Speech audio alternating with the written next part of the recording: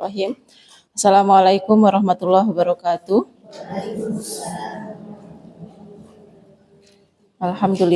Alhamdulillahilladzi hadana li hadza wa ma kunna linahtadiya laula an hadanallah. Asyhadu an la ilaha illallah wa asyhadu anna Muhammadan abduhu wa rasuluh. Rabbi shrah li sadri wa yassir li amri wahlul 'uqdatam min lisani yafqahu qawli. Allahumma zidna imanan wa yaqinan wa fahman amin. Amma ba'd. Alhamdulillah, puji syukur kehadirat Allah. Pagi ini kita bertemu kembali melanjutkan materi tadabbur kita ya. Salawat serta salam. Waalaikumsalam. Salawat serta salam senantiasa tercurah kepada junjungan kita Nabi Muhammad SAW yang telah mengajarkan Al-Quran kepada kita sebagai pedoman hidup kita. Untuk tadabburnya kita melanjutkan materi yang sebelumnya, yaitu masih di surah Al-Furqan ya. Yang sebelumnya kita sudah bahas ayat, kita bahas kemarin di awal itu ayat 45 ya, mulai 45. Iya, itu ya. Pembahasannya masih di surah Al-Furqan ya. Yang sebenarnya nanti tujuan kita kan akan mempelajari tadabbur ayat doanya ya, yaitu ayat doa yang biasa dibaca oleh ibadur rahman. Tapi untuk membahas doa ibadur rahman ini kita perlu mengenal dulu siapa itu ibadur rahman. Untuk mengenal ibadur rahman berarti kita harus tahu ibad itu siapa, rahman itu siapa. Nah, dalam rangka untuk mengenal itu maka kita tafsirnya agak mundur jauh. Kita mulai kemarin dari ayat 45 gitu ya. Ibadur rahman itu kan hamba Allah yang dijanjikan dijauhkan dari azab jahanam. Yang dijanjikan Allah diberikan surga berupa bangunan yang tinggi. Juga diberikan ketenangan oleh Allah hidup di dunia. Diberikan ketenangan, diberikan kedudukan yang tinggi. Ketenangannya juga melalui keluarga, diberikan pasangan, diberikan anak-anak yang menyenangkan mata, ya, menenangkan hati. Itu adalah ibadur rahman. Nah, pastinya kita semua kan pengen ya menjadi bagian dari ibadur rahman. Nah, kalau kita ingin menjadi bagian dari ibadur rahman, berarti kita harus tahu siapa itu ibadur rahman. Dulu waktu kita membahas ayat doa yang ada di surah Al-Baqarah itu, kita pernah membahas sedikit tentang ibad ya. Tapi kan baru sedikit, karakternya kita belum tahu. Nanti akan kita pelajari di surah Al-Furqan ini. Tapi bukan pada pertemuan hari ini ya. Kalau sekarang kita masih melanjutkan mengenal Ar-Rahman melalui ayat-ayat yang ada dalam surah Al-Furqan. Maka kemarin kita mundur mulai dari ayat 45. Siapa itu Ar-Rahman? Ya. Di ayat 45 sampai ayat 49 itu menjelaskan tentang kuasa Allah. Kuasa Allah yang ada di alam semesta yang bisa kita lihat ya, yang mana itu berupa bentuk rahmahnya Allah kepada seluruh manusia, seluruh makhluk hidup. Di akhir kemarin kita membahas ayat 50 ya. Saya ulang dari tafsir ayat 50-nya ya. Jadi untuk 45 dan 49 nanti Ibu bisa silakan membaca ulang lagi sendiri, mengingat kembali apa yang sudah kita bahas ya. Jadi kita lanjut ke ayat, saya ulang sedikit dari 50. Semoga hari ini kita bisa sampai ke ayat 59 gitu ya. Jadi nanti setelah lebaran mungkin bisa kita lanjutkan masuk ke tentang ibadur rahmannya ya, karakteristiknya. Ya, semoga hari ini bisa sampai ke ayat 59 target kita. Kita mulai ya. A'udzubillahi minasyaitonirrajim. Saya mulai dari ayat ke-50 ya. Walaqad, sudah dapat Ibu-ibu ayat 50. Ini sebelumnya sudah kita bahas tapi kita ulang sedikit untuk biar bisa menyambung ya. A'udzubillah ya. Oh gitu, enggak kedengar ke belakang. Ya.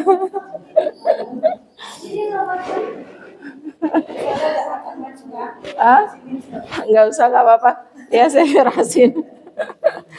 A'udzubillahi minasyaitonirrajim. Sudah kedengeran, Bu? Yang belakang kedengeran enggak? Insyaallah ya. A'udzubillahi minasyaitonirrajim. Walaqad sarrafnahu bainahum liyadzakkaru fa'aba aktsarun nasi illa kufura. Ini ya yang sudah kita bahas. Saya ulang dulu sedikit. Walaqad sarrafnahu. Walaqad di sini ada wa.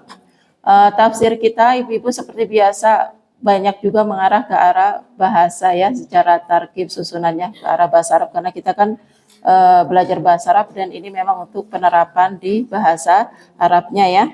Ada wa yang artinya dan ya, walaqad.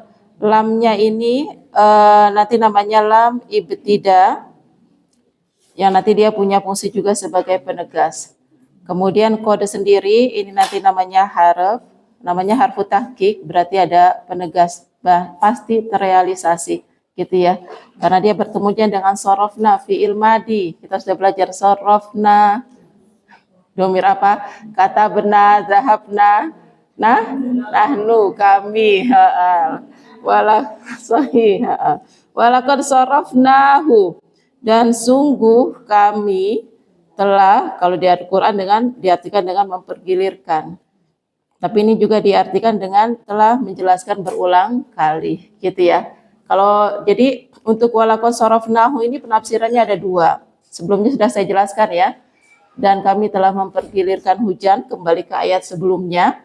Dan juga bisa ditafsirkan dengan dan kami telah menjelaskan berulang kali hunya, kembali kepada Al-Quran. Ini sebagaimana yang ada di surah Al-Kahfi ya, ayat 45 ya, ayat 54. Mungkin ibu-ibu ada yang hafal.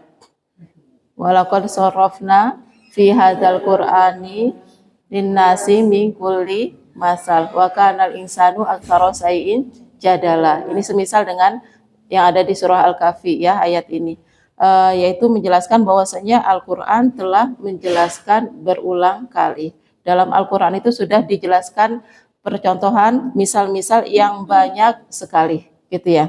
Bainahum, di antara mereka, yaitu di antara manusia. Liyadzakaru lamnya ini namanya lam ta'lil. Tujuannya apa? Kenapa lam ta'lil itu menjelaskan sebab, alasan. Kenapa sih Al-Quran memberikan contoh yang banyak sekali kepada para manusia? Tujuannya adalah liyadzakaru, agar mereka mengambil pelajaran, mengambil hikmah dari apa yang sudah disampaikan melalui Al-Quran ya. Fa'aba aktsarun nasi illa kufura. Fa'aba, fa ini kan menunjukkan sesuatu yang sudah dijelaskan, kemudian setelah penjelasan ternyata mereka langsung, respon mereka apa? Aba. Ternyata respon mereka adalah aba. Aba itu artinya enggan, menolak. Sudah dikasih contoh, sudah dikasih peringatan, tapi menolak gitu ya. Menolaknya ini secara langsung karena pakainya fa aba gitu ya. Jadi tanpa dipikirkan matang-matang gitu, mereka langsung menolak, langsung enggan. Fa aba aktsarun nasi. Aksar itu sebagian besar, lebih banyak, paling banyak. Anas, para manusia. Jadi ternyata sebagian besar dari manusia, bahkan paling banyak dari manusia itu mereka justru enggan dan menolak apa yang sudah dijelaskan dalam Al-Quran. Illa kufura. Illa di sini harfu hasrin, kita artikan dengan bahkan. Bahkan mereka itu kufur. Ya, bahkan sikap mereka adalah kufur. Kufur itu dari kata kafaro, ya, kufuru itu kalau kata kerjanya. Kufran itu masdarnya, kufron wa kufronan wa kufuron. Ini masdarnya, bentuk masdar. Masdar itu bentuk isim dari kata kerja, gitu ya.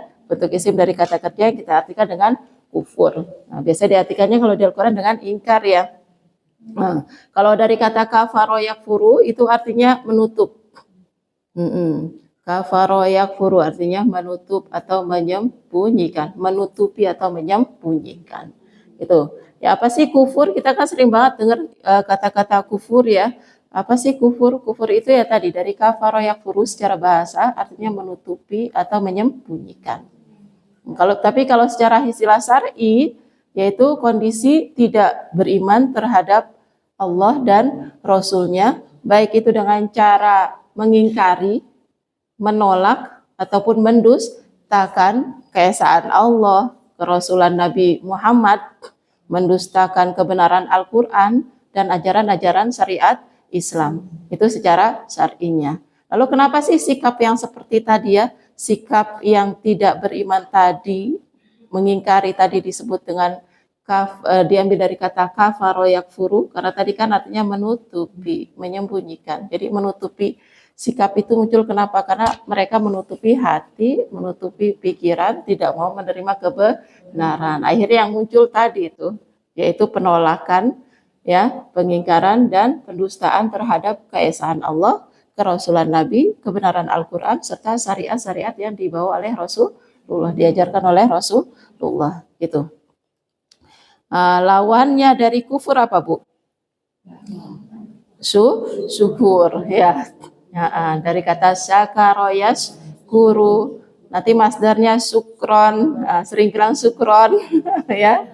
Bukan sering banget ya, afwan, sukron gitu ya. Sukron, sukronan, syukuron, itu masdarnya, bentuk isim dari kata kerja syakaroyas guru, yang artinya itu membuka. Nah, kalau kafaro tadi kan menutupi ya, kalau syakaro itu artinya membuka. Bisa diartikan dengan membuka, diartikan dengan berterima kasih kalau ke manusia ya, bisa juga diartikan dengan memuji. Itu lawan dari kafaro yakfuru, kufur, lawannya adalah syakaro yaskuru, syukur. Jadi lawan dari sifat kufur adalah syukur.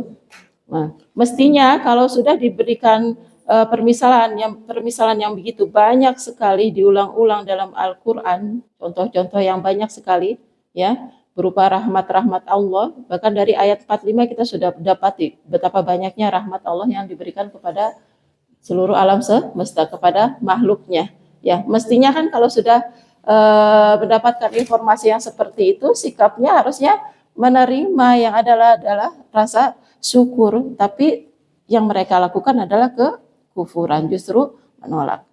Mestinya bersyukur. Bersyukur itu ya, kalau secara ringkasnya itu, bersyukur itu adalah sikap positif kita.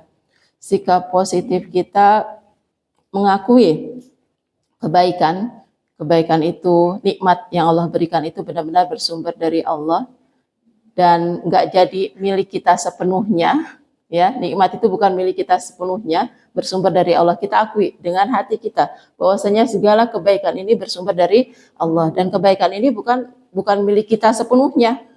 Ya, itu ya, tapi nggak cukup sampai situ. Harus ada juga bentuk menghargai dengan lisan kita. Ya, biasanya kita kan kalau dapat kebaikan, kalau dari Allah kita ucapkan alhamdulillah. Nah, kebaikan ini bukan hanya, kalau untuk bersyukur ya bukan hanya dari Allah saja, tapi juga bisa dari manusia. Kalau dari manusia kita mengucapkan syukran, berarti kita mengucapkan terima kasih, gitu ya. Jadi pertama mengakui dengan hati, kemudian menghargai dengan lisan, yaitu mengucapkan kata-kata yang baik. Kalau ke manusia berupa doa, kalau kita dikasih kebaikan dari orang lain kan biasanya kita bilang jazakillah, barokallah, itu ya, itu kan ucapan yang baik. Atau kita bilang terima kasih. Kalau kepada Allah kita memujinya, kita ucapkan alhamdulillah. Tapi masih nggak cukup lagi nih, masih harus ada yang namanya merealisasikannya dengan perbuatan kita, gitu ya. Dengan apa? Dengan memanfaatkan nikmat yang Allah berikan ini sesuai dengan tujuan fungsi diberikannya kepada kita. Jadi memanfaatkannya pada cara yang benar, gitu ya. Itu yang disebut dengan syukur. Jadi kalau syukur itu nggak cukup, Bu, kita cuma bilang alhamdulillah, gitu ya. Harus dari hati kita yakin betul ini kebaikan ini bersumber dari Allah, gitu ya. Kemudian juga harus kita realisasikan dengan perbuatan kita. Kita manfaatkan kebaikan tersebut untuk kebaikan lagi, gitu ya. Contohnya bagaimana? Contohnya ya kalau kita sudah dikasih fisik yang sempurna ini, kita gunakan, kita jaga kesehatan kita. Kita gunakannya untuk apa? Untuk yang baik, ya, untuk berikhtiar menjalani sunatullah, untuk beribadah kepada Allah, gitu ya. kita sudah dikasih harta, ya kita gunakan dengan baik, tidak hanya kita untuk diri kita sendiri, mandek dengan diri kita sendiri, ya kita untuk infakkan. Ya, kalau dikasih ilmu, ya nggak mandek di diri sendiri juga, ya kita ajarkan, kita amalkan. Itu bentuk bersyukur, gitu ya. Jadi bersyukur itu nggak cukup hanya dengan lisan saja, tapi harus ada perbuatan berupa memanfaatkan nikmat yang Allah berikan, gitu. Tapi ternyata kebanyakan manusia ini aksarun nas. Kebanyakan manusia justru malah kufur. Aksarun nas itu berarti di antara seluruh manusia ini ternyata yang paling banyak itu justru yang kufur, bukan yang syukur. Nah, na'udzubillah ya, jangan sampai jadi bagian orang yang paling banyak ini, manusia yang paling banyak ini. Jadi bagian yang lebih sedikit aja, yaitu bagian yang bersyukur ya. Kalau kita bandingkan kan memang jumlah yang beriman dengan tidak beriman banyakkan yang mana, Bu? Kalau kita lihat sekarang kenyataannya. Kalau di dunia ini kan agama yang paling banyak penganutnya, pengikutnya agama Nasrani. Berarti dari jumlah Nasrani saja banyakkan Nasrani daripada yang Muslim. Belum lagi nanti ada yang Yahudi, ada yang Hindu, ada yang Buddha. Makanya kenapa di sini aksarun nasi. Sebagian besar manusia kebanyakannya justru malah kufur. Nah, berarti kalau kita sudah beriman ini kan ini berarti anugerah Allah ya. Nah, kita sudah bersyukur belum dengan anugerah Allah ini? Dengan keimanan yang Allah berikan, berada dalam keislaman, kita sudah bersyukur belum? Apa kita sudah benar-benar memanfaatkannya? Ya, terutama dengan Al-Quran, kita sudah bersyukur belum dengan Al-Quran kita? Al-Quran ini kan anugerah ya, ini diberikan kita sebagai Muslim, sudah kita baca. Bersyukurnya bukan sekedar punya Al-Quran yang bagus, disimpan di rak yang paling aman, gitu ya. Kalau bersyukur dengan Al-Quran itu berarti kan kita harus baca ya. Selain kita baca, masa cuma kita baca, kita pelajari. Sudah mempelajarinya ya. Ini kita kan di sini dalam tahapan mempelajari. Nggak mandek sampai situ, harus juga kita manfaatkan, kita amalkan. Nah, itu bentuk syukur kita kepada Al-Quran. Jadi kita sudah sampai pada tahapan mana nih dalam bersyukur terhadap anugerah yang besar ini kepada Al-Quran. Tahapan kita sudah sampai mana? Masih membaca, mempelajari, atau sudah mengamalkan? Semoga Allah kasih kesempatan ya untuk kita benar-benar bersyukur dengan diberikannya Al-Quran kepada kita ini ya. Itu yang sebelumnya ya. Jadi ayat ini bisa ditafsirkan kembali kepada hujan yang sebelumnya ya, digilir oleh Allah. Nggak semua tempat dapat dan nggak terus-terusan dapat gitu ya. Tapi ini juga bisa kembali kepada Al-Quran yang telah banyak sekali memberikan contoh dan peringatan agar kita menjadi manusia yang bersyukur.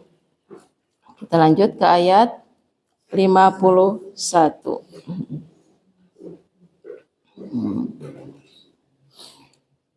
Walau syi'na laba'asna fi kulli qaryatin nadhira. Ya. Walau syi'na laba'asna fi kulli qaryatin nadhira. Walau di sini ada wa lagi.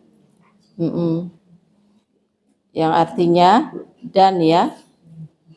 Lau itu artinya jika, kalau saja, sekiranya, andai saja, jikalau ya. Lau ini biasanya fungsinya untuk nama, kalau dalam bahasa Arab namanya harfu imtina. Harfu imtina itu terlarang, tercegah, dalam artian hal ini nggak mungkin terjadi, gitu ya. Hal ini nggak kami lakukan. Kalau di sini walau syi'na, kalau kami berkehendak, kalau kami menghendaki. Syi'na fi'il madi domir apa Bu? Ada nahnu ya. Kalau huwa sya'a, Ibu sering bilang kan insya Allah. Huwa sya'a, kalau kita nih nahnu jadi syi'na, kalau ana jadi itu ya. Itu anti ti, masih ti, terserah kamu deh, masih ti gitu ya. Kalau ini syi'na nahnu ya. Walau syi'na, dan kalau kami berkehendak, sekiranya kami mau gitu ya, sekiranya kami berkehendak ya. La ba'atsna, lamnya ini jawaban untuk lau tadi yang fungsinya juga sebagai penegas. La ba'atsna, kalau kami mau maka sungguh niscaya akan kami utus. Ini sama ba'atsna fil madi ada na, berarti kami ya. Kalau kami mau, kalau kami berkehendak, kami akan mengutus. La ba'asna fi kulli, ada fi harfu jar, kullinya isim majrur ya, kasrohnya ini karena fi kulli qaryatin. Qaryatinya nanti mudhof ilaih majrur ya. Maka kami akan utus ke setiap negeri nadhiron, seorang pemberi peringatan gitu ya.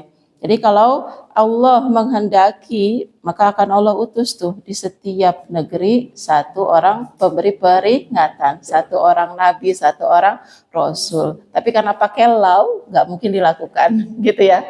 Kalau kena pakai lau, jadi nggak ada kan di setiap kampung, setiap negara Indonesia punya nabi sendiri, enggak kan? Tapi yang diutus kan cuma satu. Yang diutus itu hanya Nabi Muhammad gitu. Makanya kenapa di sini pakainya lau tadi yang disebut dengan haraf imtina gitu ya. Nah, ini ayat ini menunjukkan kenapa Bu?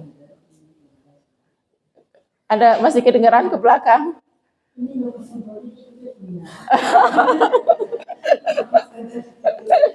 Ya. Kita lanjut ya. Kita masih bahas ayat ini. Jadi di sini menunjukkan kedudukan Rasulullah yang begitu agung, begitu tinggi, manusia terbaik. Karena ternyata Allah tidak mengutus kepada setiap kaum, kepada setiap negeri seorang nabi ataupun rasul. Rasulullah itu, Nabi Muhammad itu utusan untuk seluruh alam, rahmatan lil alamin. Ya, berbeda dengan nabi-nabi yang sebelumnya. Ibu-ibu kalau lihat ke halaman sebelumnya, coba lihat deh. Ke halaman sebelumnya, ke ayat 35. Di halaman sebelahnya persis ya. Ya, kalau di sini kan menjelaskan tentang anugerah kedudukan Nabi Muhammad yang diutus untuk seluruh manusia, seluruh umat, tidak terkhusus pada bangsa tertentu ya. Ini menunjukkan bahwa Rasulullah adalah manusia terbaik. Tapi kalau kita lihat ke sebelumnya ya, coba kayak 35 ya. Walaqad ataina Musal kitaba wa ja'alna ma'ahu akhahu Haruna wazira. Dan sungguh kami telah memberikan kepada Musa Alkitab dan kami menjadikan bersamanya saudaranya Harun sebagai wazir. Wazir itu kalau sekarang diartikannya menteri ya. Menteri itu kan yang membantu tugasnya presiden. Maksudnya di sini Nabi Harun adalah membantu tugasnya Nabi Musa. Jadi kalau Nabi Muhammad kan berjuang bersama para sahabat ya Bu ya. Tapi menjadi Rasul, ya Rasul hanya Nabi Muhammad saja. Tapi kalau Nabi Musa masih mendapat bantuan dari Nabi Harun. Fakul nadhaba, kita lanjut. Fakul nadhaba ilal qaumil ladzi kadzabu bi ayatina. Pergilah kalian berdua. Ada idhaba, ada alifnya menunjukkan dua orang. Ya, kita sudah belajar. Idhaba, idhabu. Nah, ini idhaba dua orang. Karena ke Nabi Musa dan Nabi Harun ya. Pergilah kalian berdua ke kaum alladzina kadzabu yang mereka telah mendustakan bi ayatina, ayat-ayat kami. Fadamarnahu tadmira, maka kami hancurkan mereka sehancur-hancurnya. Jadi diperintahkan ke bangsa mana ini? Ke Fir'aun dan kaumnya ya. Jadi diutus untuk berdakwah khusus kepada Bani Israel. Yang dilawan siapa? Yang dilawan adalah kaum Fir'aun. Berarti ini kan khusus ya. Nabi Musa dan Harun itu diutusnya khusus kepada Bani Israel untuk melawan siapa? Fir'aun dan kaumnya. Ini tertentu ya. Kemudian kita lanjut ke ayat 37. Wa qauman Nuhin lamma kadzabur rusula agraqnahum wa ja'alnahum linnasi ayah.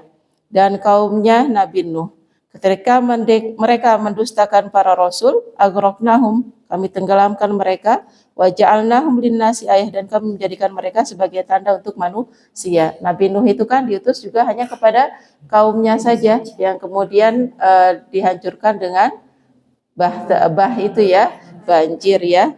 Wa atadna lil zalimina azaban alimah, dan kami siapkan untuk orang-orang zalim azab yang pedih. Kemudian ayat 38, tadi ayat 34, 35 tentang Nabi Musa dan Nabi Harun, khusus kepada Bani Israel melawan Fir'aun dan kaumnya. Ayat 37, Nabi Nuh juga diutus hanya untuk kaumnya saja. Kemudian ayat 38, wa'ada wa samuda wa ashabar rasi wa qurunam baina dzalika katsira. Ad ini kaumnya siapa ibu-ibu? Ad kaumnya Nabi siapa? Nabi Hud, ya. Jadi Nabi Hud diutusnya kemana? Ke kaumnya, yaitu kaum Ad, ya. Wa Samud, kaumnya siapa? Kalau Samud, Nabi siapa? Nabi Soleh. Nabi Soleh diutusnya ke kaumnya juga, itu kaum Samud. Wa ashabar Rasi, kaumnya siapa nih kalau ashabar Rasi? Ashabar Rasi kaumnya Nabi Shu'aib. Jadi Nabi Shu'aib pun diutus hanya kepada kaumnya, yaitu ashabar Rasi, ya. Wa qurunam baina dzalika, dan generasi-generasi di antara para nabi tersebut masih ada banyak lagi yang tidak disebutkan gitu. Jadi kalau nabi-nabi yang lain, rasul yang lain itu diutusnya pada tempat tertentu, kaum tertentu. Tapi kalau di ayat yang tadi kita baca, ayat 51, walau syi'na la ba'atsna fi kulli qaryatin nadhira. Allah tidak mengutus Rasulullah untuk hanya kepada satu kaum tertentu, tempat tertentu, tapi diutusnya untuk seluruh umat manusia, gitu ya. Ini kan kedudukannya berarti jauh sekali ya antara Rasulullah dengan yang lainnya. Kalau tugas para nabi yang kepada kaum tertentu dan kawasan tertentu saja sudah berat sekali, apalagi tugasnya Rasulullah. Tapi kan semakin berat tugas, semakin berat perjuangan, pahalanya, derajatnya juga berbeda, semakin tinggi dan semakin besar ya gitu. Jadi belajar juga gitu Bu, semakin banyak perjuangannya semakin berat ya. Yang sudah mulai mau putus-putus bahasa Arab, ayo maju lagi mau dapat pahala yang besar atau enggak, paham enggak paham itu haknya Allah ya, yang penting kita usaha gitu ya. Jangan nyerah, jangan menyerah ya. Jangan menyerah, itu perjuangan. Bahasa Arab itu perjuangannya kan kita nggak berperang dengan dengan apa ya? Seperti kita berjihad di medan perang melawan musuh langsung tatapan seperti itu ya. Jadi ayo tetap semangat untuk belajar bahasa Arabnya ya. Kita lanjut dulu. Walau tadi ayat 51 ini menunjukkan anugerah dan kedudukan Nabi Muhammad SAW yang diutus untuk seluruh umat manusia, rahmatan lil alamin ya. Jadi diutusnya Rasulullah itu rahmatan lil alamin, berarti yang mendapat kebaikan siapa? Kita juga ya kan? Ini berarti satu lagi bentuk rahmat Allah yang diberikan kepada umat manusia ya. Jadi ini tambahan lagi rahmat yang begitu besar untuk kita semua ya. Berarti harus disyukuri. Disyukurinya dengan apa? Ya dengan beriman, berislam, mempelajari syariat Islam dan mengamalkannya. Itu bentuk syukur kita ya. Fala tuti'il kafirina wajahidhum bihi jihadan kabira. Fala, maka la. Nah, la-nya artinya tidak atau jangan nih. La itu kan artinya kalau enggak tidak, jangan ya. Nah, di sini artinya jangan, karena tuti itu asalnya sukun, Bu. Seperti yang di bahasa Arab kemarin. La takulit to'ama, la tasrobil kohwata. Jadi harokat kasrohnya ini harokat bantuan karena mau kita baca sambung dengan alif lam. Aslinya sukun. La tuti', jangan taati. Domir anta, jangan kamu taati, jangan kamu turuti. Ya, ini la-nya artinya Jangan karena aslinya sukun, tuti kasroh ini bantuan supaya kita baca sambung gitu ya. Fala tuti'il kafirina, jangan kamu taat, jangan kamu patuhi. Siapa nih yang jangan dipatuhi? Al kafirina. Patuhi, jangan dipatuhi, bisa dipasifkan. Al kafirin adalah sosok yang jangan dipatuhi. Dipasifkan berarti kedudukannya apa? Kalau bisa dipasifkan, maf'ulun bi, objek, berarti mansub. Ini kan jama muzakkar salim. Tanda nasabnya pakai huruf ya. Ya kita kan biasanya dapati kalau marfu pakai waw ya. Qul ya ayyuhal kafirun pakai waw. Berarti marfu. Kalau sekarang kafirin. Oh ini antara dua nih. Kalau nggak majrur mansub. Tapi tadi ada tuti', ada fi'il ya. Maka ini jadi maf'ulun biha. Tadi ada fi'il dan fa'il jadi objek. Jangan taati. Siapa yang jangan ditaati? Yaitu orang-orang kafir. Jadi kafirin di sini pakai ya jamak muzakkar salim ya, jamak muzakkar salim dan kedudukannya sebagai objek. Jadi mansubnya pakai huruf ya. Dan ini perintah kepada Nabi Muhammad, wahai Muhammad, jangan kamu taati, jangan kamu patuhi, jangan kamu turuti keinginan orang-orang kafir. Wajahidhum, dan berjihadlah melawan mereka. Jihad itu apa ya? Jahid, dari jahada yujahidu. Jahada yujahidu itu berjuang sekuat tenaga, semaksimal mungkin. Itu namanya jihad. Jahada yujahidu. Jahid ini fi'il amr. Jahid sukun berarti domirnya anta. Itu ya, jahid. Itu ya, fi'il amr ini. Jadi Rasulullah diperintahkan untuk apa? Untuk berjihad, untuk berjuang, mengoptimalkan seluruh kemampuan Rasulullah melawan orang-orang kafir ya. Jadi ini bentuk perintah fi'il amr. Fi'il amrnya tapi dari 4 huruf, jahada yujahidu jahid. Seperti syahada, kita sudah belajar syahada yusahidu syahid, itu ya, domirnya anta, perintah kepada Rasulullah. Dan engkau Muhammad berjihadlah melawan mereka. Maksudnya berjuang dengan optimal, semaksimal mungkin, sekuat tenaga gitu ya. Itu namanya bermujahadah. Ya, humnya kan jamak ya. Kembali ke kafirin, mereka ya, berjuang melawan mereka. Siapa? Orang-orang kafir. Bihi, dengannya di sini haknya kembali ke Al-Qur'an. Jadi berjuanglah lawan orang-orang kafir tersebut dengan Al-Qur'an. Jihad dan kabiro, dengan jihad dengan usaha yang maksimal. Kabir itu kan artinya besar. Usaha yang besar itu berarti usaha yang optimal, semaksimal mungkin. Nah, ibu-ibu, sebelumnya kan dulu kita pernah bahas ya, Al-Furqan ini surahnya Makkiyah. Turunnya itu pada periode Mekah, yang mana ketika itu Islam itu masih belum kuat karena pengikutnya Nabi Muhammad masih belum banyak. Ya, di periode Mekah itu kan masih umat Islamnya masih sedikit, yang beriman sedikit, yang banyak justru orang-orang musyrik. Nah, di sini perintah berjihad di sini jihadnya dengan Al-Qur'an. Jadi ketika itu belum ada syariat jihad perang, belum ada. Syariat jihad perang itu adanya setelah periode Madinah, ketika Rasulullah sudah berhijrah ke Madinah. Jadi di sini Rasulullah diminta berjihad, bukan berjihad di medan perang, tapi berjihadnya dengan Al-Quran, yaitu melawan argumentasi dari penolakan mereka dengan dalil yang kuat, yaitu ayat-ayat Al-Quran. Gitu. Jadi dari sini kita dapat pahami bahwasanya berjihad itu bukan hanya di medan perang saja, berjihad juga bisa dengan dakwah, dengan ilmu, gitu ya. Jadi memang kekuatan Islam itu dua, kekuatan Islam itu di ilmu dan di medan perang, gitu ya. Jihad dengan ilmu, jihad dengan berperang, itulah sumber kekuatan Islam.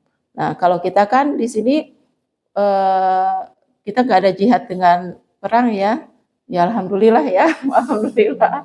Kalau ada jihad dengan perang mungkin kita juga nggak tahu kita nih golongan yang mampu atau enggak nih ya. Gitu. Tapi untuk orang-orang yang punya semangat tinggi, pengennya berjihad, pengennya bermujahadah, tapi nggak ada medan perang yang dilalui ya. Kita berjihadnya dengan Al-Quran. Kalau berjihad dengan Al-Quran berarti berjihadnya dengan ilmu. Ya tadi kembali lagi belajar, ayo. Karena belajar menuntut ilmu itu bagian dari jihad. Pahalanya besar sekali. Jadi ibu-ibu yang sudah ada di sini, kita nih sedang melakukan bagian dari jihad. Yakin pahalanya besar ya. Godaannya juga besar ya. Kadang mau berangkat itu ada aja. Ada yang mules, ada yang kayaknya ini gerimis, nggak usah berangkat ya gitu ya. Ada yang ngajak jalan-jalan, ayo healing yuk. Akhirnya nggak jadi, pilih ke jalan yang satunya, nggak memilih jalan yang kemarin. Godaannya lumayan, tapi kan harus kita lawan karena ini bagian dari jihad gitu ya. Kalau ada yang ngajak jalan-jalan nanti habis taklim gitu ya, nanti habis belajar gitu ya. Kalau ada yang lain-lain ditunda dulu, belajar dulu. Nanti setelah belajar Allah kasih kesempatan untuk melakukan hal yang lain gitu. Jadi berkah nanti waktunya ya. Jadi jihad itu tidak hanya di medan perang, jihad juga bisa dengan jihad ilmu ya.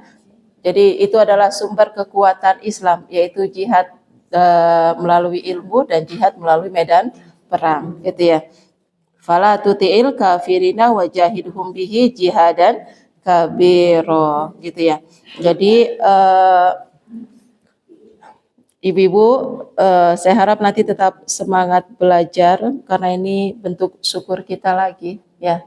Jangan sampai kita menjadi orang yang kufur, kita harus menjadi orang yang bersyukur. Salah satunya adalah dengan terus belajar, semangat belajar mumpung masih dikasih badan yang sehat, mumpung masih dikasih otak, pikiran yang masih bisa digunakan untuk berpikir, gitu ya. Kita manfaatkan dengan baik, itu bentuk syukur kita. Ya. Kita lanjut ya. Ayat 53. Wa huwal ladzi marajal bahraini hadza azbun furatun wa hadza milhun ujaj wa ja'ala bainahuma barzakhun wa hijran mahjura ya. Wa huwa, dan dianya kembali kemana nih bu huwanya? Kembali kepada Allah ya. Huwa, dia. Ibu pasti kalau baca Quran sekarang sudah tahu kalau ada huwa, oh dia gitu ya. Sudah tahu kan, karena ini kan sudah hafal sekali nih. Huwa, huma, hum sudah hafal. Jadi kalau dapat huwa, oh dia, berarti artinya ya. Dan dia, alladzi, ya kan sudah tahu isim apa namanya? Mausul ya. Dan dia yang maroja, kalau ada semuanya 3 huruf semuanya fathah, kataba, gosala berarti fiil madi ya. Domirnya huwa, pelakunya dia, 1 orang. Dan dia yang maroja. Maroja itu mananya adalah kholata. Kholata itu mencampur. Kholata artinya mencampur. Ibu-ibu tahu blender? Blender itu bahasa Arabnya kholata, kan buat nyampur ya. Gitu ya. Maroja itu artinya aslinya maknanya adalah mencampur. Tapi di Al-Qur'an kita diartikan dengan membiarkan atau mengalirkan gitu ya. Tapi mana aslinya adalah mencampur ya. Al-bahraini tunggalnya bahrun. Kalau ada alif nun kasroh bahroni atau ya nun kasroh bahroini berarti 2 ya. 2. Tapi kenapa kok pakai ya, nggak pakai alif? Kenapa kok nggak bahroni tapi pakainya bahroini, pakai ya? Karena pakai ya, kenapa? Karena objek maf'ulun bi. Ya, yang membiarkan, yang mengalirkan, yang mencampur adalah Allah. Yang dibiarkan mengalir, bercampur itu apa? 2 laut. Ya. Bahar sendiri mana aslinya adalah untuk air yang jumlahnya sangat banyak melimpah. Jadi kalau ada air banyak melimpah itu bisa disebut dengan bahar. tapi secara khusus diartikan dengan laut. Tapi kalau di sini air yang banyak sekali di sini bukan laut, bisa laut dengan laut atau laut dengan sungai, gitu ya. Jadi dua lautan di sini adalah bisa laut dengan laut atau laut dengan sungai, gitu ya. Ya kan ada kalau kita lihat sekarang ya info-info itu kan banyak sekali tentang dua lautan yang bertemu. Ternyata Samudra Pasifik dan Hindia itu nggak ketemu gitu ya. Ada pemisah karena kan airnya itu nggak bisa nyatu meskipun kayaknya nyampur tapi ternyata nggak nyatu gitu. Ataupun air sungai di muara itu kan tetap terpisah. Yang sungai tetap tawar, yang laut tetap asin, nggak nyampur. Kelihatannya kan nyampur ya. Kelihatannya nyampur, tapi ternyata ada sesuatu yang memisahkan, gitu ya. Jadi Allah membiarkan dua laut itu bercampur. Kayaknya menurut pandangan kita nih nyampur, karena kan kayak nggak ada pemisahnya kan. Kalau menurut pandangan kita loh ya, dua-duanya kan kayaknya jadi satu. Maka di sini istilahnya pakai maroja. Ya, jadi di sini menggunakan kata maroja yang artinya mencampur ini menunjukkan betapa dekatnya dua lautan itu. Berpisah tapi karena deket banget jadi kayaknya kecampur gitu ya. Tahu dari mana kalau itu dua lautan ini, dua lautan yang kayaknya bercampur tadi ternyata terpisah? Dari Allah menjelaskan ada dua hadza di sini. Hadza azbun furatun wa hadza milhun ujajun. Hadza ini nunjuk dekat apa nunjuk jauh? Dekat. Ini hadza wa hadza, ini dan ini. Dekat nggak berarti posisinya keduanya? Dekat gitu ya. Saking dekatnya tadi kayak nyampur. Ya, jadi hadza yang satu ini azbun furatun. Azbun itu seger. Furatun itu seger banget gitu. Kalau di Al-Quran biasanya tawar dan segar, artinya gitu ya. Kalau di Al-Quran diartikan azbun itu tawar, segar. Jadi azbun itu artinya bisa juga manis. Furatun itu manis banget. Nah, atau azbun segar, furatun segar banget. Azbun tawar, furatun berarti tawarnya tawar banget, segar gitu, enak gitu ya. Yang satu ini tawar dan segar, kembali kepada air yang bersumber dari daratan, dari sungai, mata air ya. Kemudian wahada, dan yang ini kan ada wa-nya ya. Kalau ada wa-nya berarti kan ini satu, ada dua gitu ya. Tadi kan bahro ini jumlahnya dua ya. Tapi menunjukkan ini bukan sesuatu yang maroja benar-benar kecampur jadi satu. Kelihatannya aja kecampur karena saking dekatnya, tapi sebenarnya tetap terpisah. Makanya pakai dua hadza. Yang satu ini, yang tadi sawar dan seger. Yang satu lagi wahada, yang satunya lagi adalah milhun, asin. Ibu-ibu, milhun itu nanti sudah belajar belum kita yang di hari Sabtu? Milhun artinya garam. Belum ya. Nanti berarti ada ya, akan ada babnya itu nanti. Milhun juga berarti garam. Tapi kalau di sini kita artikan dengan asin ya. Nanti kalau mau masak ikat milhun, garam, asin ya. Apa? Kurang garam azbun ya. Tawar bisa ya, nggak pakai garam gitu ya. Milhun asin atau garam. Milhun itu artinya garam dan artinya juga asin ya. Kemudian ujajun itu asin banget. Saking asinnya sampai pahit gitu ya. Jadi kalau masak keasinan banget berarti ujajun ya.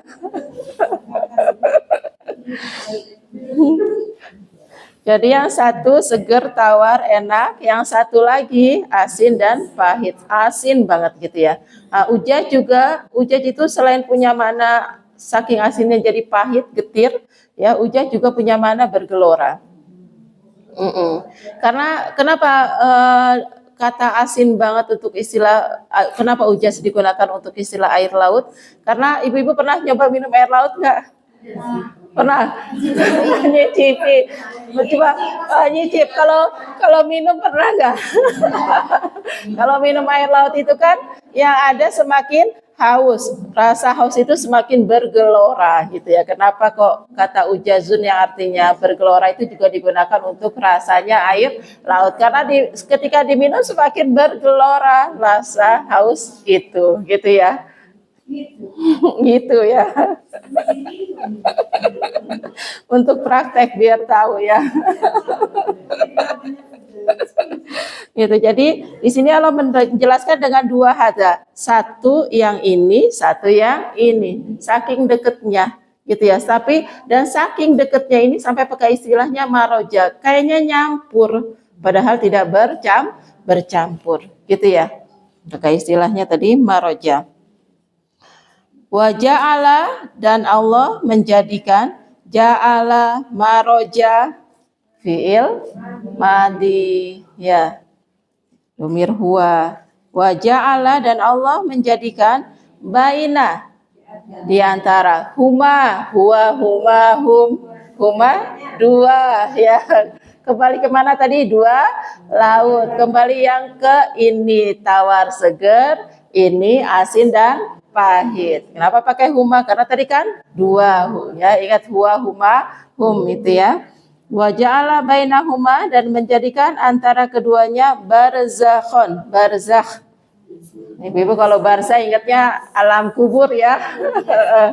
Ya, jadi barzah itu artinya dinding pembatas. Barzah itu pembatas yang memisah antara dua hal. Jadi kalau alam barzah, alam kubur itu alam yang memisah antara dua alam, yaitu alam kita dunia dengan alam akhirat. Nanti kalau barzah batasannya ini diangkat, dunia dan akhirat menyatu, berarti terjadi kiamat. Gitu ya. Jadi barzah itu adalah pembatas antara dua hal. Jadi ternyata antara dua laut tadi itu ada pembatasnya, ada dinding pembatas. Wa hijron dari kata yang sama dengan hajar artinya batu, sama dengan kata hujroh. Hujroh itu kamar, ruangan, bilik, tempat yang ada batas-batasnya ini, sekat-sekatnya ini namanya hujroh, gitu ya. Nah di sini artinya hijron, artinya batas atau larangan. Ya, jadi hijron itu artinya batas atau larangan. Jadi barzakh tadi, dinding pembatas itu dia membatasi, dia melarang. Melarang apa? Melarang air yang tawar dengan air yang asin agar tidak bercampur, gitu ya. Hijron itu artinya batas atau larangan. Mahjura itu yang membatasi dan melarang. Gitu. Jadi barzah ini benar-benar batasan yang melarang keduanya ya, menjadi melarang keduanya dan menjadi larangan untuk keduanya untuk bercampur gitu ya. Supaya apa? Supaya kedua-duanya tetap pada fungsinya masing-masing gitu ya. Jadi yang tawar memberikan manfaat, bisa kita minum ya, binatang juga bisa minum, tanaman bisa untuk disirami ya. Tapi yang laut juga punya manfaat sendiri untuk kehidupan makhluk-makhluk yang ada di laut.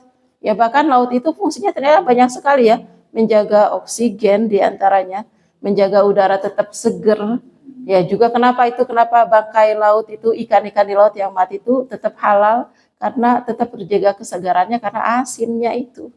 Gitu. Jadi kenapa alokasi batasan? Biar masing-masing tetap sesuai dengan fungsinya, bentuk rahmat untuk kita lagi, gitu ya. Dan dari sini dapat kita pahami bahwasanya segala sesuatu yang sudah Allah kasih batasan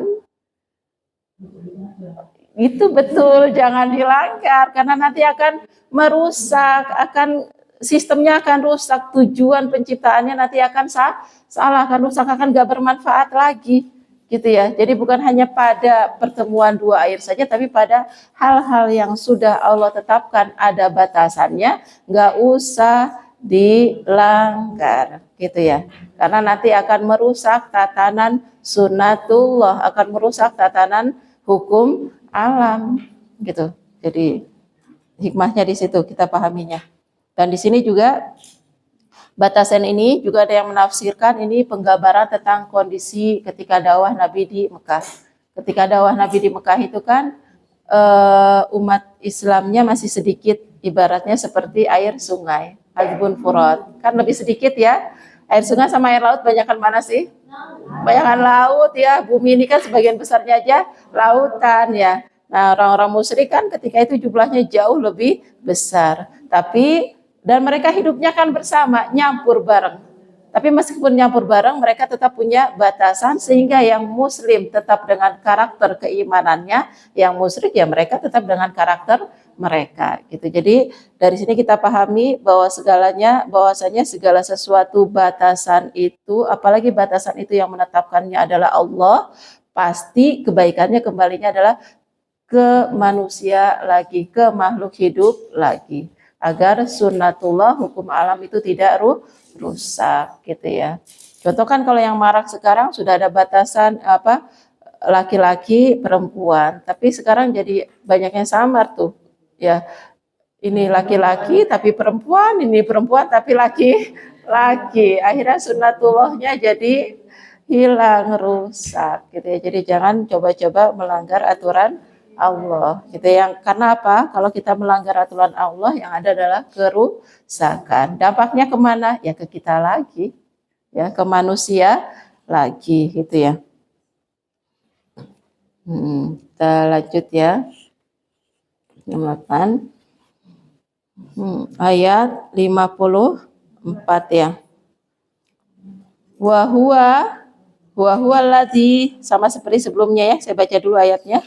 Wa huwa allazi khalaqa minal ma'i basyaran faja'alahu nasaban wa sihra wa kana rabbuka qadira. Ini tadi wa huwa allazi, dan dia yang khalaqa, menciptakan.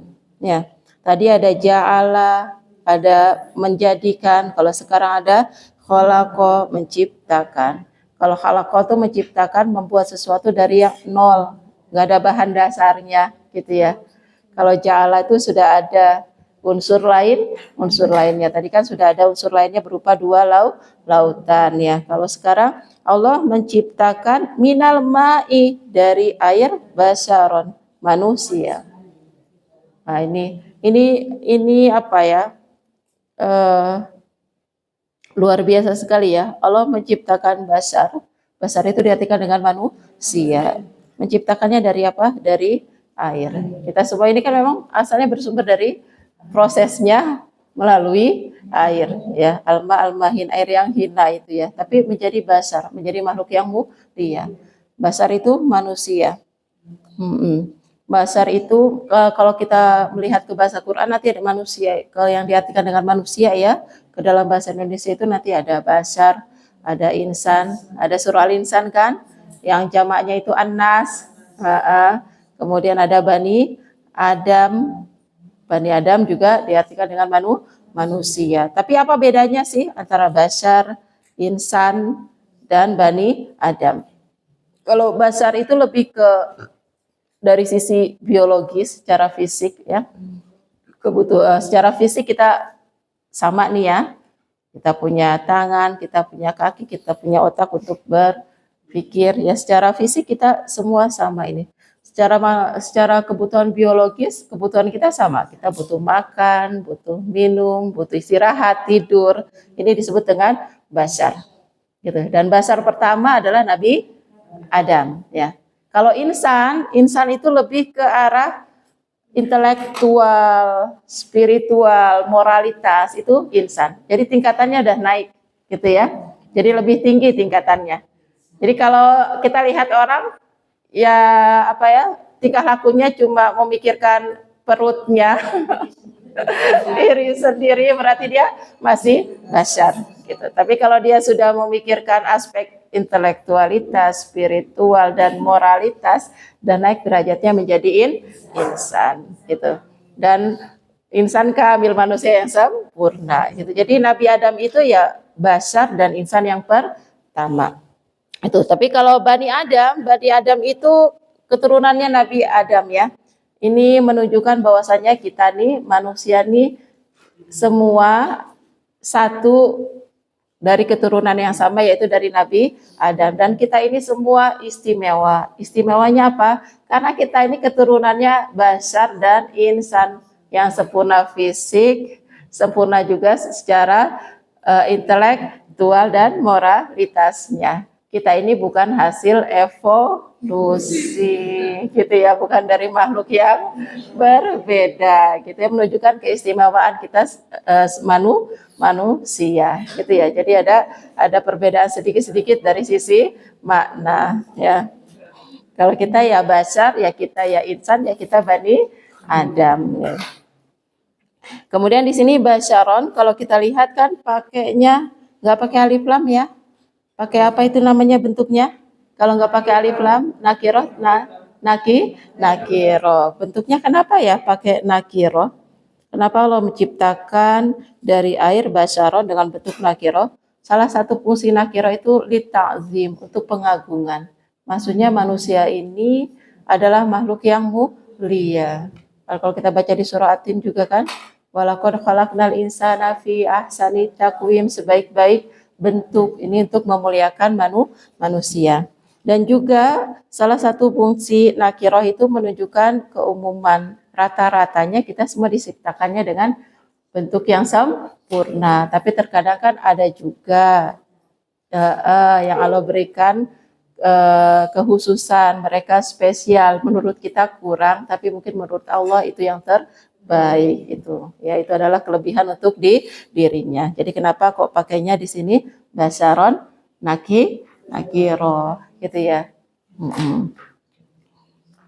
Faja'alahu, maka ja'ala tadi Allah menjadikan hu-nya kembali basar, dia kembali kepada manusia, dan Allah menjadikan manusia dari satu manusia tadi ya, nasaban, punya garis keturunan, nasab ya, jadi persaudaraan dari sisi darah, dari sisi kelahiran ya, ditinjau dari sisi darah, garis keturunan. Wasihron, punya saudara dari sisi kekerabatan karena perkawinan, gitu ya. Jadi kalau kita menikah nih, kita kan jadi saudara-saudaranya suami kita kan jadi saudara-saudaranya keluarga kita, gitu ya. Orang tua suami kita jadi besan kita, ya. Itu namanya persaudaraan ditinjau dari sisi sihron, atau yang disebut juga nanti dengan istilah musoharoh. Kalau yang sudah belajar ilmu waris ya, nama istilahnya musoharoh, gitu ya. Jadi persaudaraan itu bisa dari garis darah, namanya nasab, bisa juga dari garis perkawinan. Jadi kekerabatan dengan orang lain karena kita menikah dengan seseorang, itu namanya sihron, itu ya. Dari satu orang ini bisa jadi memunculkan persaudaraan yang banyak sekali. Ini nanti selaras dengan surah An-Nisa ayat 1 itu ya. Ya ayuhan nasu taqu rabbakumul ladzi khalaqakum min nafsin wahidatin, dari Adam. Wa khalaqa minha zaujaha, dan Allah menciptakan dari Adam istrinya. Wa basa minhuma dari dua tadi, rijalan katsira wa nisaa. Rijal laki-laki, nisa perempuan, katsira banyak, gitu ya. Ini sama dengan yang ada di surah An-Nisa. Jadi dari satu bisa jadi banyak sekali. Sumbernya dari air tadi. Wa kana rabbuka qadira. Ayo, mana isim kana, mana khobar kana? Ada kana. Isim kananya mana? Robbu yang marfu ya. Khobar kananya mana? Qadiron, ya, yang mansub. Kalau dibuang kanannya jadi mubtada dan khobar. Jadi rabbuka qadirun. Jadi dua-duanya marfu ya. Kalau diganti inna rabbaka qadirun. Nah, itu ya. Wa kana rabbuka qadira. Karena itu kan fi'il madi, tapi kita sudah belajar. Fungsinya bukan hanya untuk madi, fungsinya untuk penegas, fungsinya juga untuk istimrar, continuous. Jadi Allah itu benar-benar, Allah itu seterusnya apa? Qadirah, maha kuasa. Allah itu maha kuasa, maha mampu melakukan apapun. Di sini konteksnya apa? Allah menciptakan banyak air. Kalau kita perhatikan kan dari yang pertemuan yang lalu, Allah menciptakan air yang turunnya dari langit, menciptakan hujan. Terus Allah menciptakan air apa tadi? Yang tawar, yang bersumber dari daratan, dari bumi, ya, dari daratan, dan air yang asin yang ada di lautan. Sekarang Allah menciptakan lagi nih air dengan jenis yang berbeda lagi, dengan fungsi yang berbeda lagi. Air yang menjadi sumber terciptanya manusia. Masya Allah. Ada nggak yang mampu seperti ini? Ya, kalau bukan Qadiro, karena Allah memang yang maha kuasa. Ya Allah, kita ini apa ya? Kita ini apa ya Allah? Ya Allah. Alhamdulillah kita belajar ya Bu ya.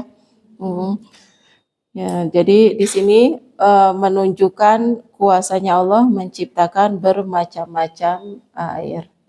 Dan ini rahmah juga untuk kita. Diciptakan sebagai makhluk yang sempurna, bisa berpikir, ya, bisa bersyukur, beriman dan bersyukur. Kita juga diberikan rahmah oleh Allah, kasih sayangnya dengan diberikan banyak saudara dari garis keturunan ataupun dari pernikahan. Nah, di sini perlu kita ingat basyaron, nggak semua sih memang, tapi secara umum seperti itu. Kan nggak semua orang menikah ya. Mungkin ada yang nggak punya nasab. Nggak semua orang juga punya anak tadi, makanya nggak punya nasab. Pun berarti kalau nggak nikah juga berarti nggak punya, atau menikah tapi nggak punya anak. Ada kan ya? Dia masih punya sihroh.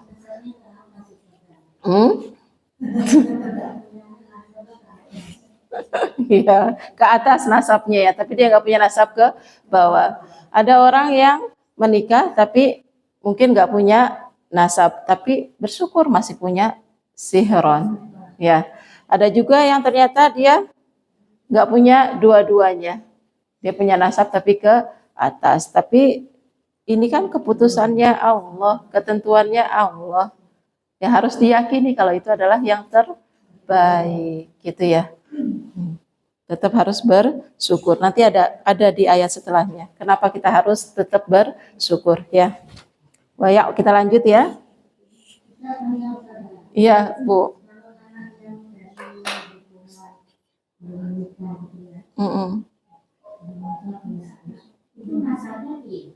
Nasabnya terputus, Bu.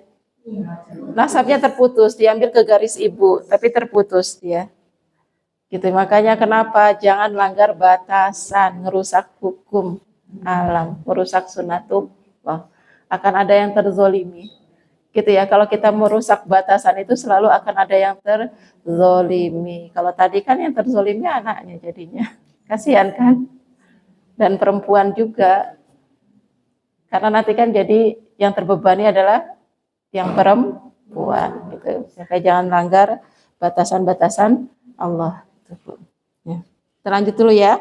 Ayat 55. Wa ya'buduna min dunillahi ma la yanfa'uhum wa la yadurruhum wa kanal kafiru ala rabbihi zahira. Dan ya'budun fi'il apa ada ya, ada wawu mudhari. Fa'ilnya huruf wawu ini yang menunjukkan jama laki ya, mereka ya. Wa ya'buduna dan mereka. Nah, ibu-ibu dan tadi kan ada dan banyak ya. Tapi dannya di sini, dan itu wa itu enggak semua kita artikan dengan dan yang artinya ya dan seperti biasa itu ya. Wa itu punya banyak fungsi. Bisa artinya sumpah. Nah, kalau di sini wa di sini namanya wawul hal li ta'ajjub. Wawu yang menunjukkan kondisi kekaguman, ketakjuban. Tapi ketakjuban di sini kekagumannya bukan kekaguman yang positif. Kalau di ayat ini bukan ke yang positif tapi ke yang negatif. Udah dikasih contoh oleh Allah, peringatan oleh Allah yang begitu banyak di alam semesta, di dalam Al-Quran. Tapi apa yang terjadi gitu ya. Jadi wa-nya itu untuk menunjukkan apa? Kalau kagum terhadap hal yang buruk itu apa ya bahasanya?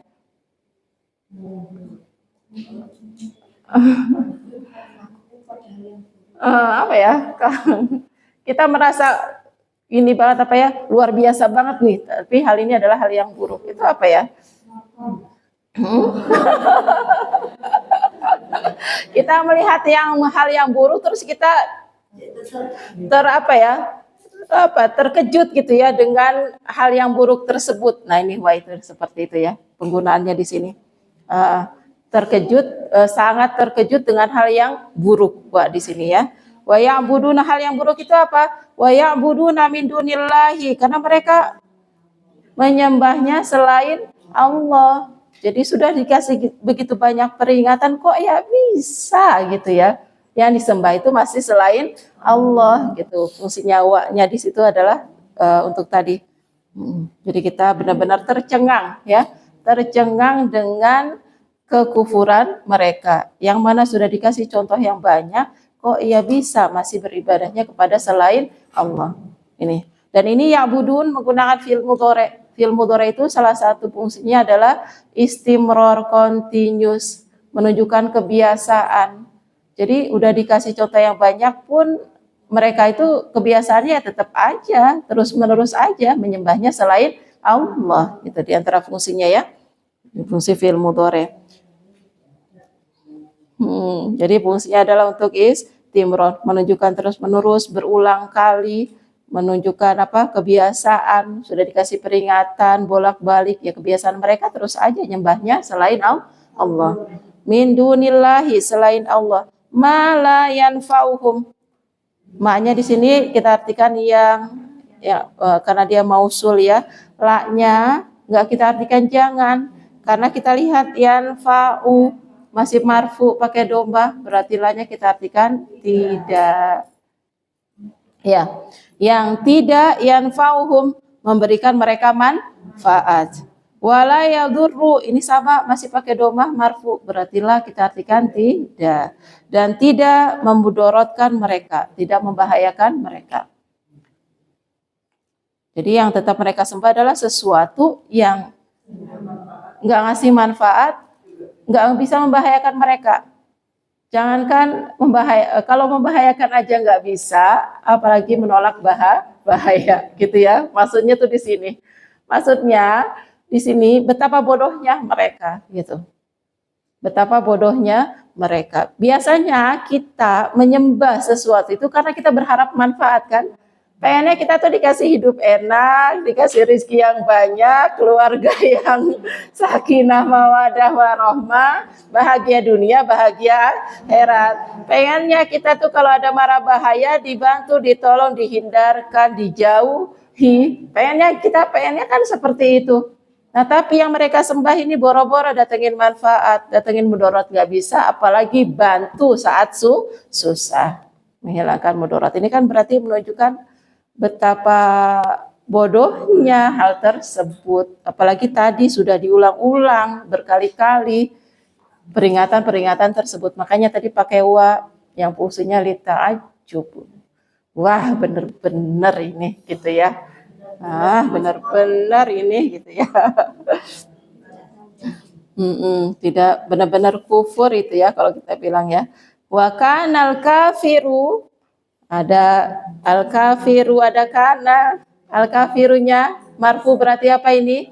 Isim kana. Ala rabbihi zohiro. Zohiro ada yang mansub. Khobar kana gitu ya. Dan di sini kananya fungsinya tadi sebagai penegas, istimror ya, terus menerus. Jadi orang kafir itu benar-benar zohiro, penolong. Nah, orang kafir nolongnya nolong siapa sih? Nolong setan. Jadi di sini setannya nggak disebut, tapi sudah jelas namanya orang kafir, dia pasti penolong untuk setan. Penolong apa? Penolong untuk durhaka, ala robbihi, kepada Tuhannya gitu. Jadi ala robbihinya kita artikan di akhir ya. Gitu. Dan orang kafir itu benar-benar penolong setan untuk durhaka kepada Tuhannya. Gitu. Jadi setan itu butuh penolong. Mereka nggak mau tuh masuk ke neraka, golongan mereka aja. Mereka nyari teman, nyari teman. Temannya berupa manusia. Dan di sini ibu-ibu lihat ya, al-kafir pakai alif lam berarti ma'rifah, bentuknya tunggal. Fungsinya kan pernah kita bahas istiqraq, mencakup semua. Setiap orang kalau dia kafir, kalau dia menentang hukum Allah, dia pasti penolong setan, tidak terkecuali.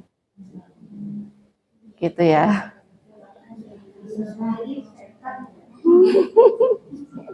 Gitu ya. Kenapa di sini?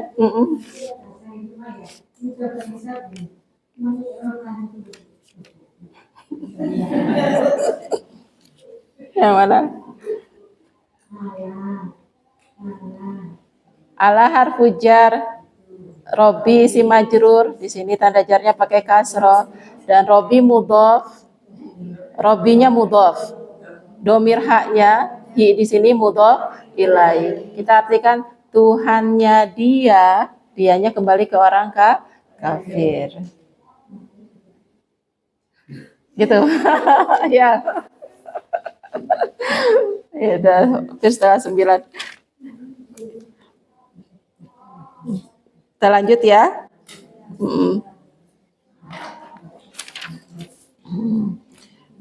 Ayat 56. Wa ma arsalnaka illa mubasysyiran wa nadhira. Dan ma di sini bertemu dengan arsalna. Arsalna Bu seperti tadi ja'alna fil apa? Madi si'na fil madi artinya kami ya. Nah, kalau ada fi'il madi sebelumnya ma-nya ini kita artikan dengan tidak. Bukan apa, tapi artinya tidak. Wa ma arsalna ka apa Bu artinya? Kamu, laki-laki perempuan kalau ka? Laki, kalau perempuan ki gitu ya. Wa ma arsalnaka, dan kami tidak mengutusmu. Mengutusmu di sini Nabi Muhammad ya.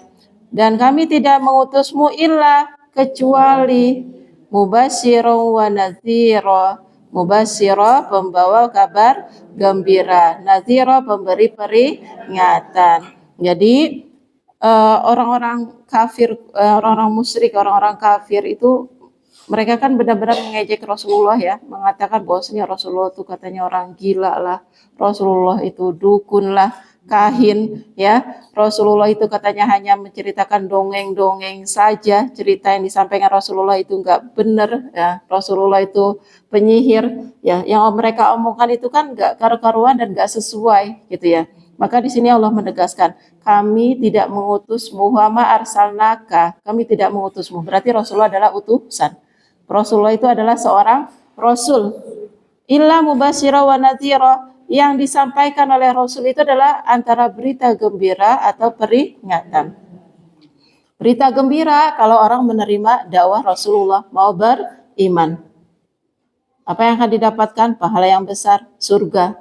Nadhira peringatan apabila untuk orang-orang yang durhaka, mengingkari orang-orang yang kufur. Balasannya adalah dosa yang besar, yaitu neraka. Ini Bu, Al-Quran itu kan pada intinya isinya 3 ya.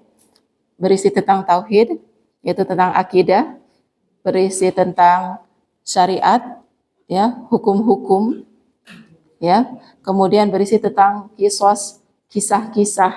Ya, tadi kan ada kisah kaum Ad, Samud, kisah Nabi Nuh, Musa. Yang dari 3 ini isinya adalah mubasysyiran wa nadhira, berupa kabar gembira dan peringatan.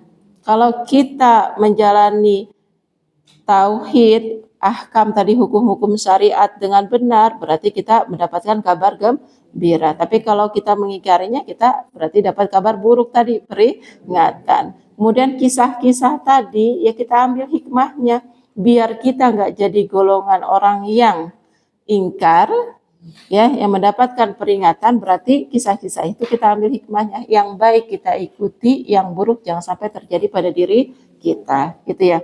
Jadi isinya Al-Quran itu berupa tauhid, ahkam, syariat tadi, dan kisah-kisah yang harus kita ambil hikmahnya, gitu ya. Wa ma arsalnaka illa mubasysyiran wa nadhira, ya.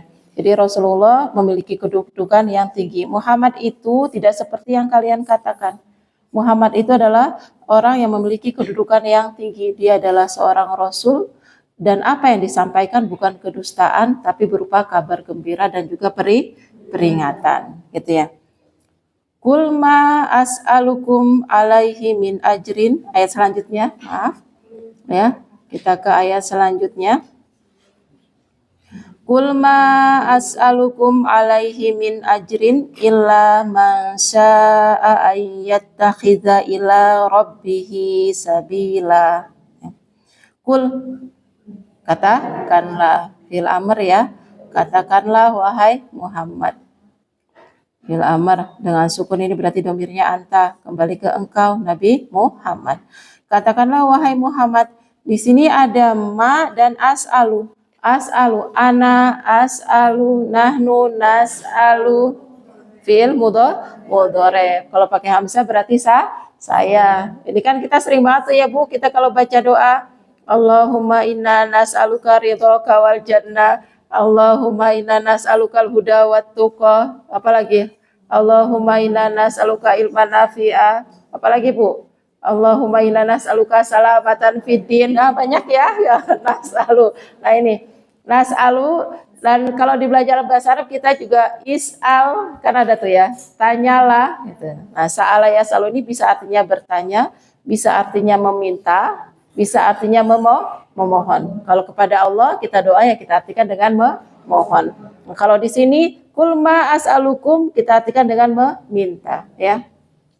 Karena kepada manusia, kumnya ini kan kum apa itu? Kalian. Kalau ka satu orang, laki-laki, kuma dua orang, kum tiga orang lebih, kalian ya. Qul ma as'alukum, ada ma tapi setelahnya fi'il mudhari. Kalau yang di ayat sebelumnya ma arsalna, ma dan fi'il madi artinya tidak. Kalau ma bertemu dengan fi'il mudhari, biasanya kita kalau menafikan fi'il mudhari tadi kan di ayat sebelumnya ada ya, la yanfa'uhum la yadurruhum, artinya tidak. Biasanya kalau tidak ketemu fi'il mudhari kita pakainya la. Tapi kalau pakai ma bisa nggak? Boleh nggak? Boleh. Kalau pakai mudhari boleh, masih boleh pakai ma, tapi fungsinya nanti hanya untuk sekarang ini, saat ini, gitu ya. Mudhari itu kan fungsinya untuk yang akan datang juga, sekarang dan seterusnya gitu. Tapi kalau sudah pakai ma berarti tidaknya tuh saat ini, sekarang ini, gitu ya. Fungsinya lil hal, untuk yang sekarang. Kalau ada ma ketemu dengan fi'il mudhari, fungsinya tidaknya tuh ya sekarang ini, saat ini. Qul ma as'alukum, katakanlah bahwasanya aku tidak meminta kepada kalian. Jadi ketika Rasulullah berdakwah, Rasulullah tidak meminta kepada orang-orang yang didakwahi. Alaihi min ajrin. Alaihi ini maksudnya tugas Rasulullah tadi kan berdakwah, berjihad dengan Al-Quran. Rasulullah tidak meminta kepada orang yang didakwahi apa? Min ajrin, upah atau imbalan. Gitu. Jadi saat berdakwah Rasulullah saya nggak minta imbalan apapun. Saat ini saat berdakwah Rasulullah tidak meminta imbalan dan Rasulullah tidak mendapatkan imbalan dari manusia. Itu kenapa pakainya kok ma? Rasulullah nggak dapat imbalan saat beliau berdakwah dari manusia, tapi kan nanti akan mendapat imbalan dari Allah, gitu ya. Jadi kenapa Bu? Illa kecuali mansa'a. Tadi ada si'na. Kalau si'na nahnu kami, kalau sa'a huwa. Domirnya satu. Insya Allah ya. Kalau di sini mansa'a, siapa yang berkehendak. Kalau di sini kembalinya ke manusia. Dan siapa yang berkehendak, siapa yang menghendaki ayat takhiza, mengambil ya, untuk mengambil ila rabbihi, kepada Tuhannya, sabila, jalan. Maksudnya apa sih? Rasulullah itu nggak minta upah, Rasulullah itu nggak minta imbalan. Ya, jadi kalian yang mendapatkan dakwahku gitu ya, kalian yang mereka yang didakwahi oleh Rasulullah itu nggak ada kewajiban sama sekali untuk memberi sesuatu kepada Rasulullah. Rasulullah nggak minta imbalan apapun. Tapi kalau orang tersebut mau berinfak di jalan Allah, silakan. Cuma infak di jalan Allah ini tetap kembalinya bukan kepada Rasulullah, bukan untuk Rasulullah. Infak yang diberikan orang yang mau berinfak tersebut, yang memang sya'a, yang ingin berinfak di jalan Allah tersebut, kembalinya kemana? Ke Islam lagi, ya, bukan kembali kepada Nabi Muhammad. Orang-orang dulu semangat sekali Bu berinfaknya, tapi kan untuk biaya perang, untuk pembangunan masjid, untuk umat. Jadi nggak ada tuh yang masuk ke kantongnya Rasulullah. Rasulullah nggak ingin materi duniawi, gitu ya. Gitu. Jadi dalam Islam memang tidak ada seperti itu, ya. Nah, illa masa ayatahiza ila rabbihi sabila. Nah, di sini sabila kecuali orang yang tadi ya mau berinfak sabila. Sabila ini jalan pilihan. Tadi kan siapa yang mau berkehendak? Kan berarti siapa yang mau aja. Pilihan kan? Nggak wajib, nggak harus. Yang mau berinfak silakan, yang enggak juga silakan. Ya, maka di sini pakai bahasanya sabila, jalan. Nah, nanti ada sirot juga jalan ya. Kalau sirot itu jalan yang lurus, ujungnya cuma satu gitu ya. Lurus, besar. Kalau sering diistilahkan dengan jalan tol, lurus saja menuju langsung ke satu tempat. Gitu. Kalau sabila ini jalan pilihan. Jadi kita masih boleh milih. Kita mau milih yang mana nih? Kalau di sini kita mau memilih berinfak atau tidak, gitu ya.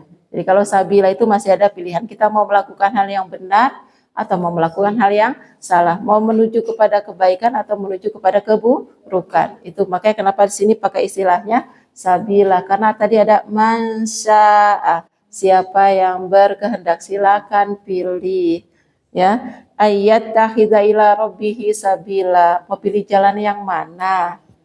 Menuju Allah, kebaikan atau menuju keburukan, gitu ya. Jadi Rasulullah tidak minta imbalan, tapi kalau ada yang mau berinfak, bersodakoh, silakan. Dan sodakoh infaknya itu tidak kembali kepada Rasulullah, tapi kembali kepada Islam, ya. Karena fisabilillah tujuannya. Ayat ke-58. Wa tawakkal 'alal hayyil ladzi la yamutu wasabbih bihamdih wa kafa bihi bidzunubi ibadihi khabira. Wa tawakkal fi'il amr, perintah kepada Nabi Muhammad. Dalam bahasa Al-Quran biasanya kalau menggunakan fi'il amr itu bentuk suatu kewajiban, gitu ya, tawakal. Jadi kamu tuh harus, gitu ya, wajib bagi kamu untuk apa? Bertawakal. Apa sih tawakal? Tawakal itu dari wakala yakilu, artinya menyerahkan, mewakilkan, ya. Istilahnya kayak ibu-ibu familiar sekali kan dengan istilah wakil, ya.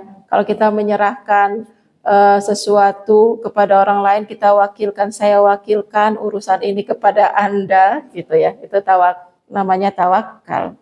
Dari kata wakala. Wakala itu wakil. Nah, kalau tawakala ini sudah ada tambahan huruf. Wazannya sudah berubah jadi tafa'ala. Biasanya kalau ikut pola tafa'ala, tawakala ini berarti menjadikan sesuatu sebagai, gitu ya. Nah, kalau ini berarti kita kalau tawakal menjadikan sesuatu sebagai wakil, gitu. Menjadikan sesuatu sebagai wakil kita. Wakil kita itu kan yang kita serahkan segala urusan kita, gitu ya maknanya. Makna tawakal secara bahasa tadi ya.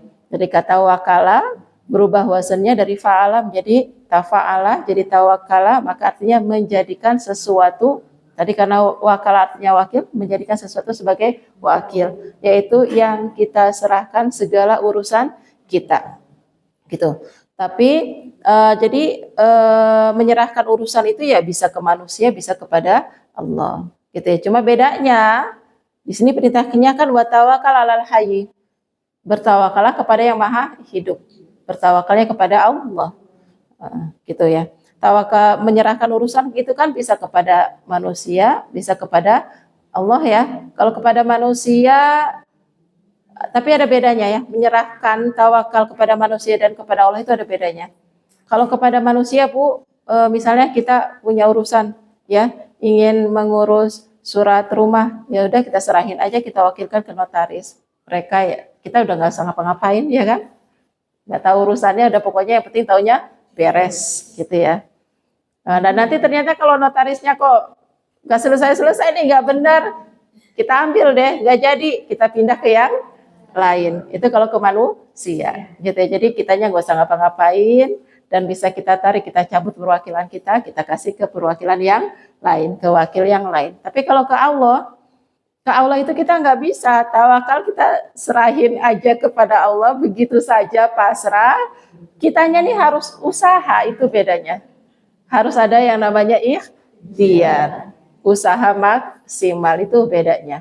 Ya, jadi kalau kepada manusia itu kita udah nggak usah ngapa-ngapain, tapi kita bisa narik. Kalau ternyata kinerjanya nggak memuaskan, tapi kalau kepada Allah kita harus ikhtiar, dan kita nggak bisa menarik itu. Nggak bisa menarik perwakilan kita dari Allah. Kita mau serahin ke siapa lagi? Yang maha mengetahui, maha kuasa, maha menentukan segala-galanya kan Allah. Nggak ada lagi kan yang lebih kuasa dari Allah. Jadi nggak mungkin kita bisa menarik tawakal kita dari Allah. Itu. Jadi yang namanya tawakal ini kalau kita kaitkan ke ayat-ayat sebelumnya ya, Rasulullah diminta berjihad. Rasulullah dengan Al-Quran ya menyampaikan kabar gembira, menyampaikan peringatan.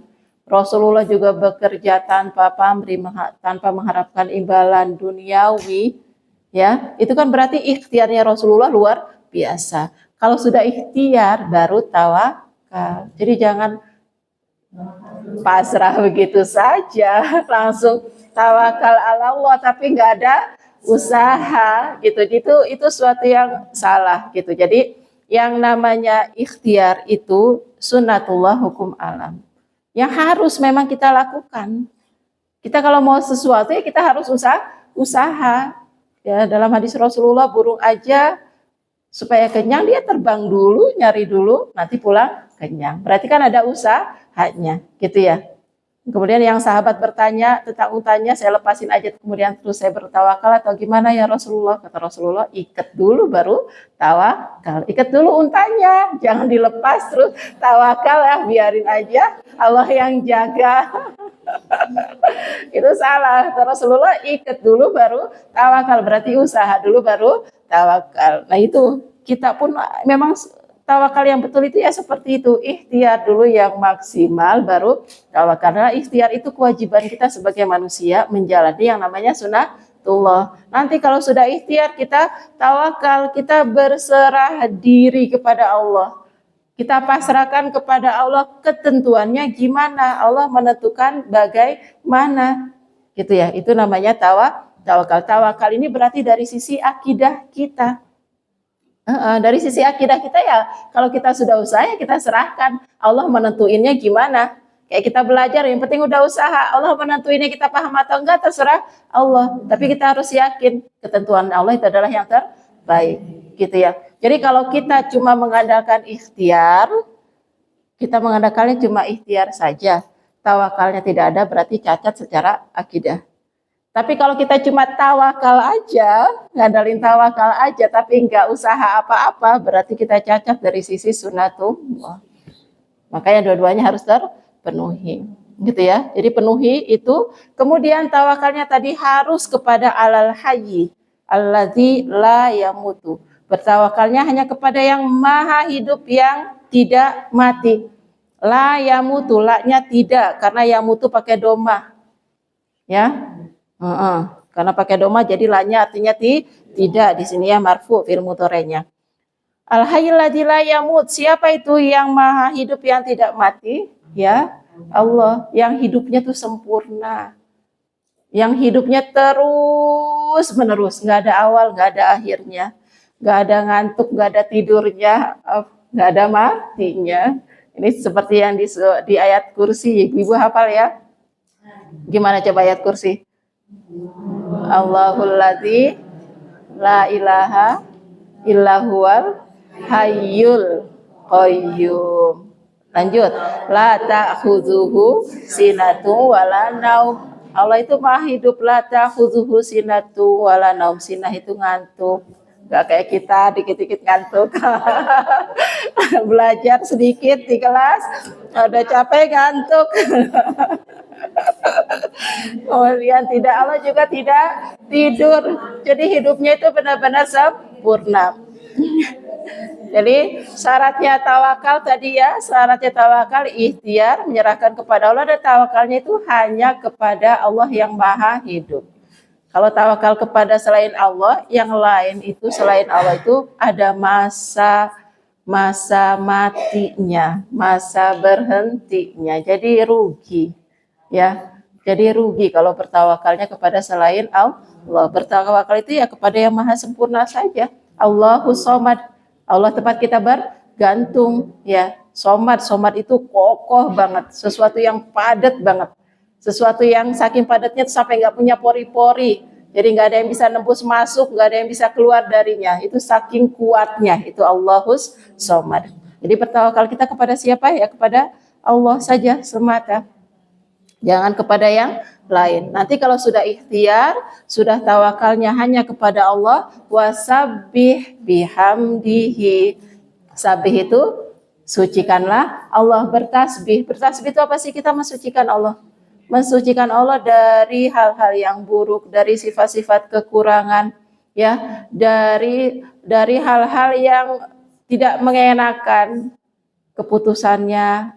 Ternyata ketentuannya Allah nggak seperti yang menurut kita seperti hasil usaha kita udah belajar maksimal, udah bekerja dengan keras, kok ternyata hasilnya nggak sesuai dengan keinginan kita. Nah, hindarkan buang hal-hal yang buruk, pikiran-pikiran yang buruk kita itu, ya. Jadi jangan putus asa, jangan protes kalau keputusannya ternyata nggak sesuai dengan kehendak Allah. Wasabbihu, sucikan Allah. Yakini keputusan Allah itu adalah yang terbaik untuk kita, karena Allah itu nggak mungkin zalim. Allah nggak mungkin menzalimi siapapun. Allah itu nggak mungkin nggak adil. Allah itu maha adil, menempatkan segala sesuatu sesuai dengan ketentuannya. Jadi makanya wasabbihu di sini, ya. Jadi habis bertawakal, sucikan Allah. Pikiran-pikiran kita yang buruk, rasa cemas kita, ya, kemudian juga protesnya kita, nggak terimanya kita, itu kita bersihkan, ya. Allah itu maha suci. Allah melakukan hal tersebut bukan karena Allah benci, nggak suka, kayak kita manusia, kalau kita nggak suka nggak kita kasih, gitu ya. Allah nggak melakukannya seperti itu, ya. Itu semua pasti karena kembali ke kebaikan untuk hamba itu lagi, gitu. Jadi wasabihu, kemudian bihamdi, dengan memujinya. Jadi terus puji Allah.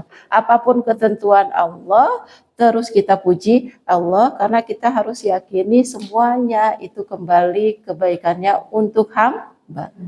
Gitu.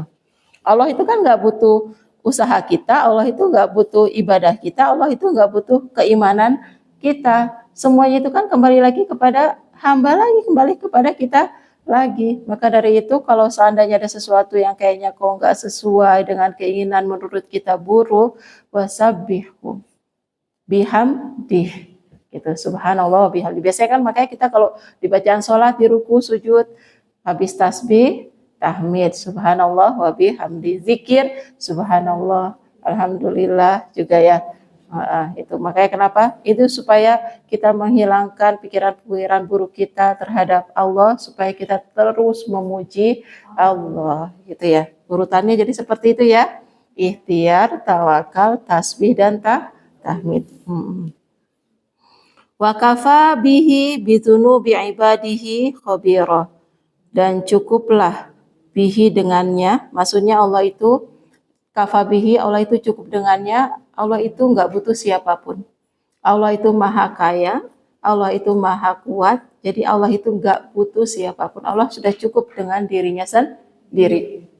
Berbeda dengan kita. Kalau kita kan fakir, kita itu sangat butuh Allah. Tapi kalau Allah nggak butuh apapun. Makanya tadi Allah nggak butuh ibadah kita, Allah nggak butuh keimanan kita, gitu ya. Makanya kalau tadi di ayat sebelumnya itu dari sisi Rasulullah, kamu sudah berjuang, sudah berdakwah, setelah itu kamu tawakal. Mereka mau menerima atau enggak itu hakku. Kamu nggak usah berkecil hati saat mereka menolak. Terus bertasbih dan bertahmid gitu ya. Perintahnya seperti itu. Kalau kembali kepada Rasulullah. Ya, kalau kepada kita berarti kita ikhtiar, usaha, tawakal, hasilnya kita terima. Kalau seandainya kayaknya menurut kita nggak enak, jelek, nyusahin, ngeberatin, terus kita puji Allah, yakini itu yang terbaik untuk kita. Gitu ya. Wa kafa bihi, Allah itu nggak butuh siapapun, ya. Allah itu cukup, maha cukup ya, nggak butuh apapun, nggak butuh siapapun. Kemudian di sini ada bizunu bi ibadihi khabira, terhadap dosa-dosa hamba-hambanya khabira, maha mengetahui. Khabira itu maha tahu, maha melihat dengan sebenar-benarnya. Jadi maha taunya itu dengan sebenar-benarnya itu berarti detail banget, tahu banget, gitu ya. Tahu dengan rinci itu khabir. Gitu. Jadi Allah tahu banget dosa hambanya, sedetail-detailnya.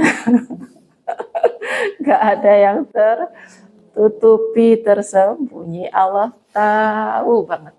Jadi karena Allah tahu banget, saat kita melakukan kesalahan, segera bertaubat, segera beristighfar. Ingat Allah itu Tawwab, Allah itu Ghaffar. Ya, selalu ada kesempatan untuk bertaubat. Ya, karena Allah sangat-sangat tahu dengan kondisi kita, sangat-sangat tahu dengan kesalahan-kesalahan yang kita lakukan, maka bersegeralah beristighfar ataupun bertaubat saat melakukan kesalahan, gitu ya. Kita lanjut, sudah selesai ya sampai sini ayat 59. Alhamdulillah, gitu ya. Jadi apa, masih ada satu lagi? Oh ya Allah, saya kira sudah selesai. Lanjut ya, satu lagi. Mohon maaf, yang mau izin silakan. Kita lanjut satu lagi, kita selesaikan. Alladzi khalaqas samawati wal arda wa ma bainahuma fi sittati ayyamin tsumma stawa 'alal 'arsy. Ar-Rahmanu fas'al bihi khabira. Ya. Alladzi tadi yang ya, khalaqa telah menciptakan. As-samawat ada alif ta, jamak muannas salim. Ya, tapi karena dia bukan sebenar-benarnya perempuan, maka dikatakan mulhaq di jamak mudzakkar muannas salim. Hukumnya diikuti ke hukum jamak muannas salim. Tunggalnya apa, Bu? Tunggalnya, betul tunggalnya apa? Samaun, ya, sama ya. As-sama'u artinya langit. Kalau samawat, kalau sudah pakai bentuk jamak berarti 3 ke atas, langit. Kan kalau kita baca di Al-Quran ada 7 ya, ada 7 langit ya, sab'a samawat, itu ya di surah apa? Al-Mulk ya, ada ya. Alladzi khalaqas samawati, Allah telah menciptakan langit-langit, langitnya enggak satu, wal ardo, dan juga telah menciptakan bumi. Wama, maknya bukan apa kata tanya, tapi yang, dan apa yang gitu ya, dan yang baina di antara huma, di antara keduanya, di antara langit dan bumi. Fi, di dalam, sitati 6 ya. Sitah pakai tamar butoh. Sitah kan pakai tamar butoh ya. Kalau 3 sampai 10 pakai tamar butoh berarti bendanya mudzakkar. Di sini ayam dari kata yaumun. Kalau sekarang kita yaum kita artikannya dengan hari ya. Tapi di sini jangan kita artikan dengan hari. Kita artikan dengan masa, ya. Karena kan pada masa penciptaan langit dan bumi kan belum ada hari seperti yang sekarang. Matahari bumi mengitari matahari sehingga muncullah siang dan malam total 24 jam jadi satu hari. Kan masa waktu itu belum ada seperti itu. Maka kita artikan cukup dengan masa, 6 masa. Jadi Allah menciptakan langit dan bumi beserta benda-benda yang ada di antara keduanya dalam 6 masa.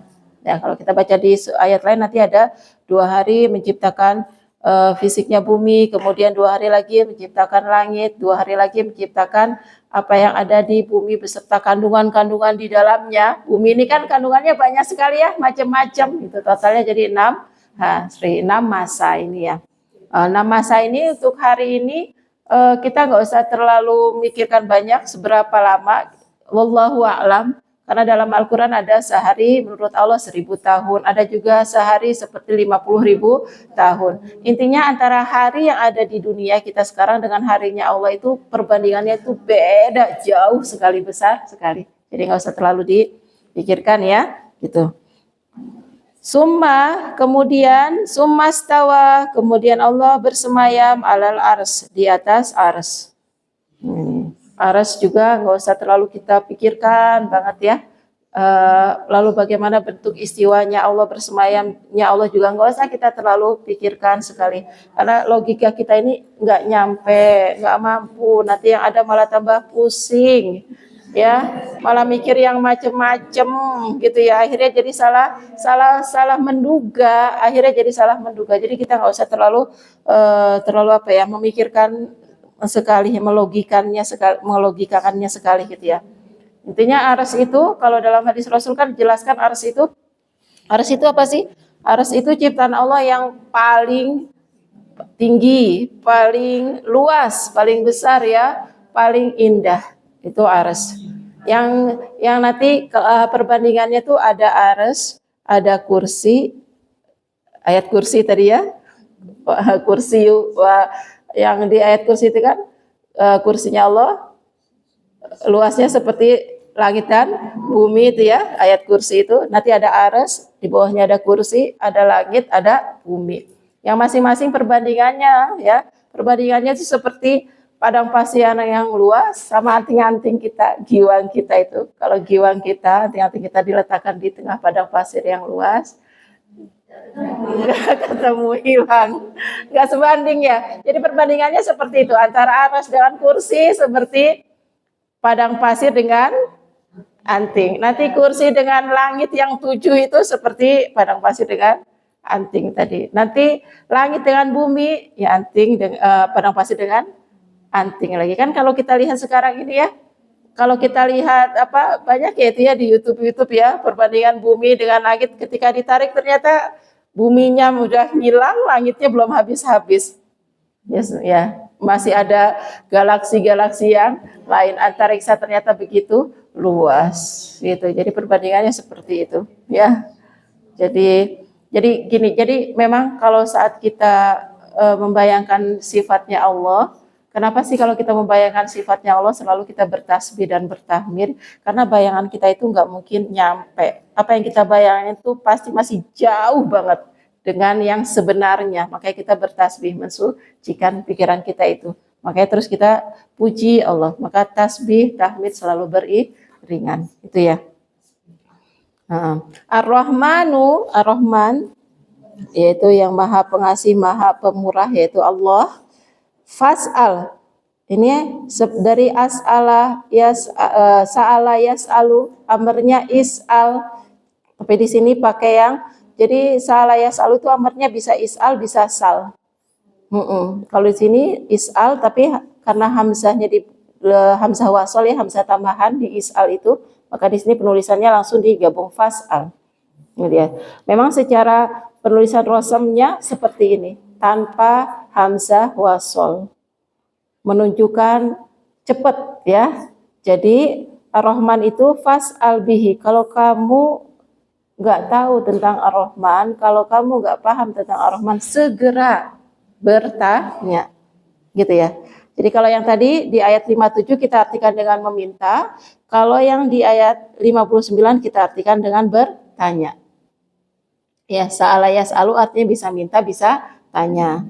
Nah, di sini hamzah wasalnya dibuang, cepat, fas'al, segera ya. Jadi segera bertanyalah.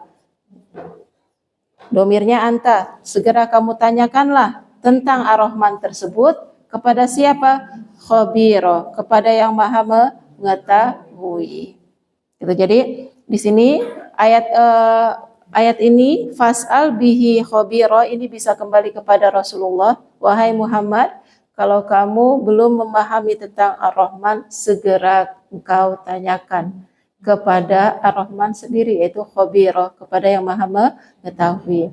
Ayat ini juga bisa kembali kepada umat Nabi Muhammad, yang ketika masih ada Nabi Muhammad, kalau ada umatmu yang tidak paham tentang Ar-Rahman, segeralah bertanya kepada Nabi Muhammad, karena Nabi Muhammad yang lebih mengetahui tentang Ar-Rahman. Tapi kalau kita sekarang sudah bisa bertanya lagi kepada Rasulullah, ya kita pelajari melalui apa yang ditinggalkan Rasulullah, yaitu Al-Quran dan hadis, gitu ya. Jadi kalau kita ingin tahu siapa Ar-Rahman, ya kita pelajari Al-Quran dan hadis. Nah, di ayat-ayat sebelumnya kita sudah dapat banyak tuh Ar-Rahman itu siapa, yang menciptakan bayangan, ya, yang menciptakan siang malam, yang menciptakan angin, yang memerintahkan angin juga untuk menggerakkan awan sehingga menurunkan hujan, ya. Kemudian ada juga menciptakan laut, ya, dan sungai dan membuat pemisah antara keduanya, menciptakan manusia dari air, kemudian yang menurunkan Al-Quran, yang mengutus Nabi Muhammad, semuanya itu kan rahmah semua untuk kita. Ya, itu Rahman yang sudah kita pelajari dari surah Al-Furqan. Baru sedikit sebenarnya ini. Masih banyak lagi di surah-surah yang lain. Nah, insya Allah nanti kita lanjutkan setelah Lebaran. Jadi setelah Lebaran kita masuk ayat 60 ya. Untuk tadabbur ini pertemuan terakhir ya. Semoga Allah berikan kita kesehatan, bisa lanjut belajar lagi nanti setelah Lebaran ya. Dikasih kesempatan untuk terus belajar, keberkahan usia, keberkahan waktu, keberkahan ilmu. Baik, kita akhiri dulu. Tidak ada yang bertanya ya, sudah jam 9. Tidak ada yang bertanya ibu-ibu, sudah cukup ya. Kalau memang tidak ada yang bertanya, kita akhiri dulu. Kita tutup pembelajaran hari ini dengan hamdalah